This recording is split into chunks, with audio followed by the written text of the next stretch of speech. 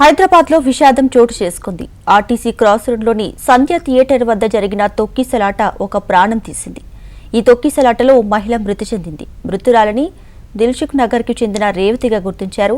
మృతదేహాన్ని గాంధీ హాస్పిటల్ కు తరలించారు. తొక్కిసలాటలో బాలుడు స్పృహ తప్పి పడిపోయాడు. అయితే బాలుడిని హాస్పిటల్ కు తరలించి చికిత్స అందిస్తున్నారు. దీనిపై మరింత సమాచారం మా ప్రతినిధి సుప్రియ అందిస్తారు. బెనిఫిట్ షో చూసేందుకు వచ్చిన అభిమానులకి అయితే తొక్కిసలాట జరిగిందని చెప్పాలి. సో ప్రజెంట్ ఇప్పుడైతే సంధ్యా థియేటర్ దగ్గర ఉన్నాను. సంధ్యా థియేటర్ దగ్గర నిన్న చూసుకున్నట్టయితే ఆర్టీసీ క్రాస్ రోడ్లోని సంధ్యా థియేటర్ వద్ద బుధవారం రాత్రి తొక్కిసలాట జరిగింది. తొక్కిసలాటలో మహిళ మృతి చెందారు. మృతురాలి కుమారుడి పరిస్థితి కూడా విషమంగా ఉంది.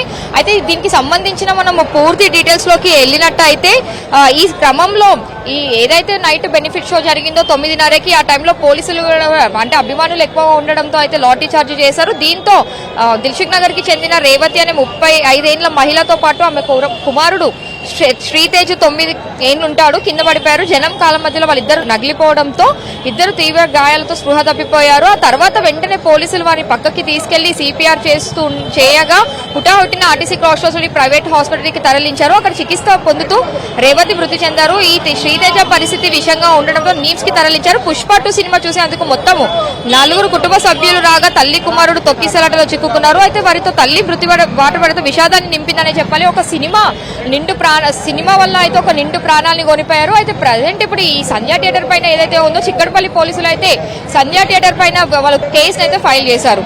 వీడియో జర్నలిస్ట్ రాజాతో సుప్రియ, HMTV, హైదరాబాద్.